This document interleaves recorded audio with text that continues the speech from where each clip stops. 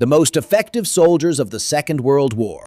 Simo Häyhä, the man whom the Finns nicknamed the White Death, and Soviet soldiers called simply the Ghost Sniper, during the winter of 1939 to 1940, eliminated over 500 Red Army soldiers, operating in a white camouflage suit in frosts reaching 40 degrees.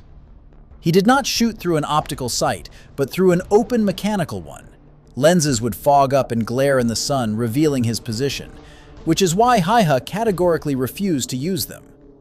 Wounded by an explosive bullet in the jaw at the end of the Winter War, he survived, though half his face was disfigured, and after the injury he never again took up arms in war.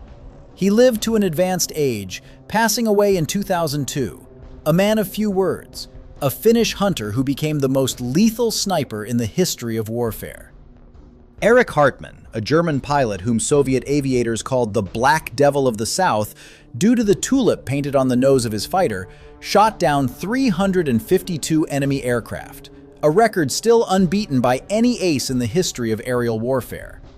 Most of his victories were achieved on the Eastern Front, employing tactics of short, swift attacks followed by an immediate break from combat, which allowed him to avoid protracted maneuvering engagements. He himself was never shot down by an enemy in aerial combat. All his forced landings resulted from mechanical failure or damage from debris of downed aircraft. After the war, he spent more than 10 years in Soviet captivity, where he refused to cooperate with the camp administration and was repeatedly placed in solitary confinement. By the way, since we've touched on the geography of this war, we're genuinely curious where you are watching this video from right now. Write in the comments the city or country you live in, and let's see together from which corners of the world our audience has gathered. This is part 1 of 1. Vasily Zaitsev, a native of the Urals who had worked as an accountant at a Far Eastern factory before the war, officially eliminated 225 enemy soldiers and officers during the Battle of Stalingrad, including several enemy snipers. According to a legend widely circulated after the war, he is credited with a duel against a certain German sniper instructor named Koenig, who was allegedly sent specifically to eliminate him.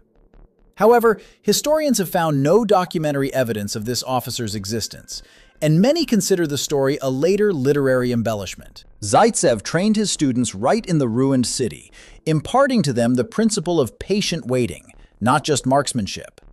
After a severe eye wound, he was blinded for several months, but his vision was partially restored following an operation.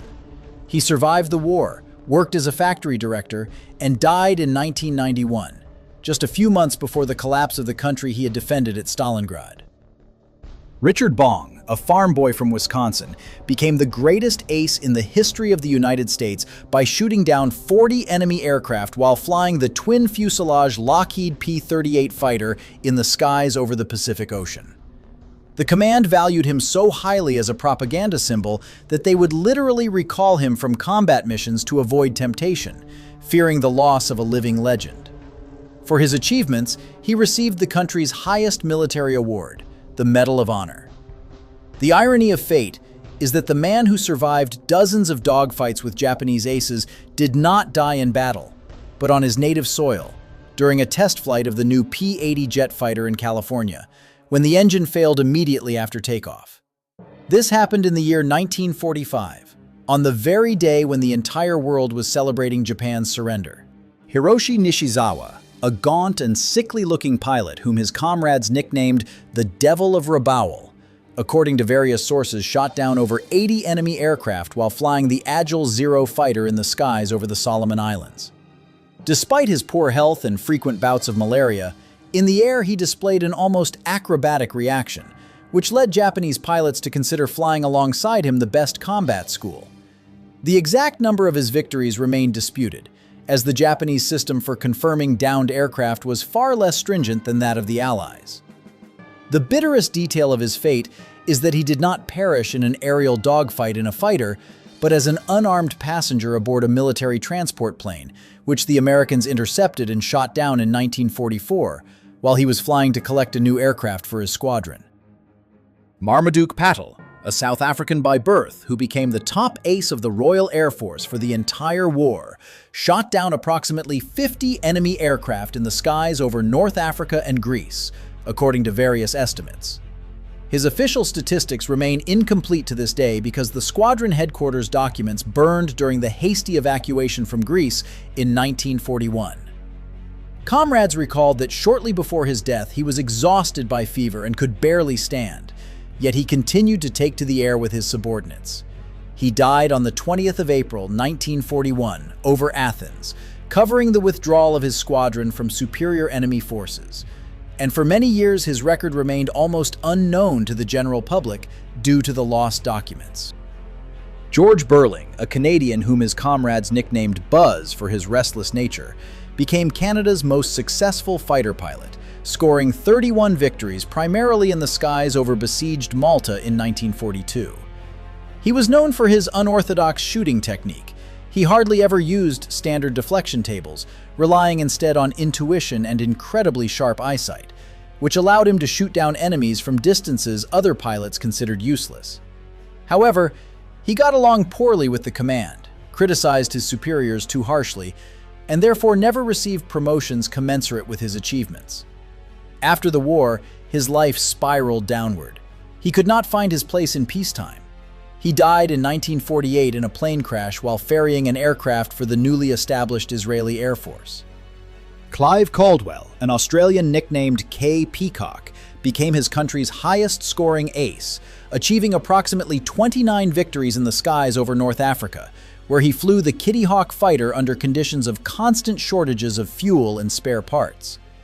He was among the first to develop the tactics of strafing ground targets from low-level flight, later adopted by other Allied squadrons.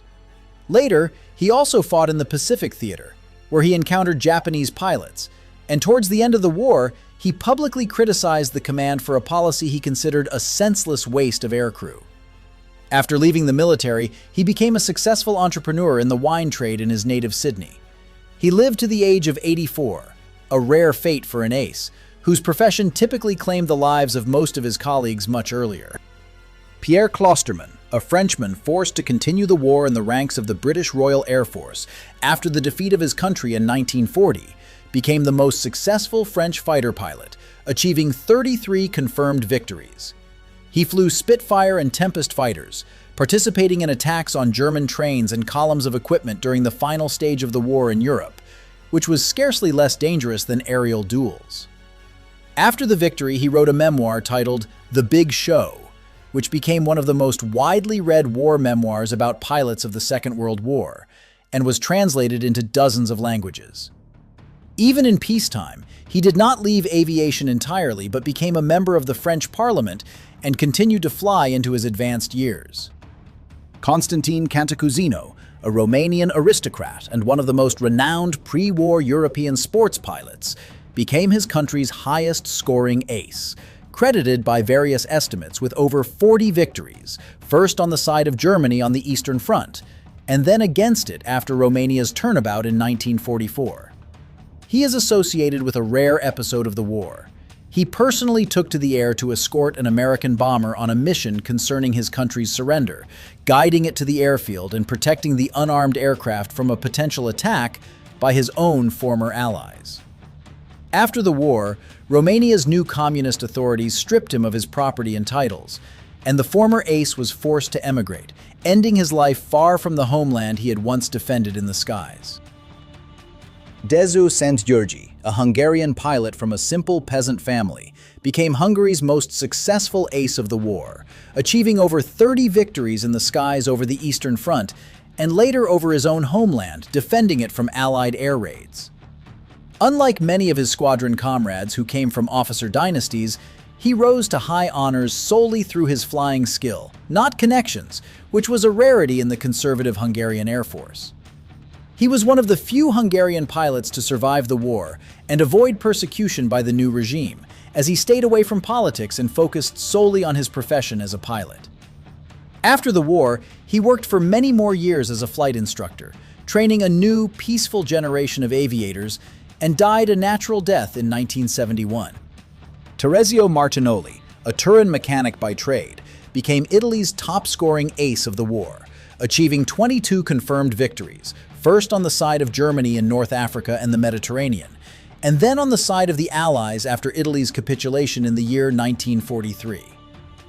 Many Italian pilots experienced this 180-degree reversal, but it was Martinoli who was among the first to take the controls of former enemy aircraft and continue flying against the Germans, his recent comrades in arms. Fate dealt with him cruelly. He did not perish in combat, but during a routine training flight in the United States, where he had been sent to train on new equipment even before the war in Europe had fully ended. This concludes the first part on the most effective soldiers of the Second World War. If you would like a second part, let me know in the comments. And of course, I would be grateful for a like under this video. See you soon!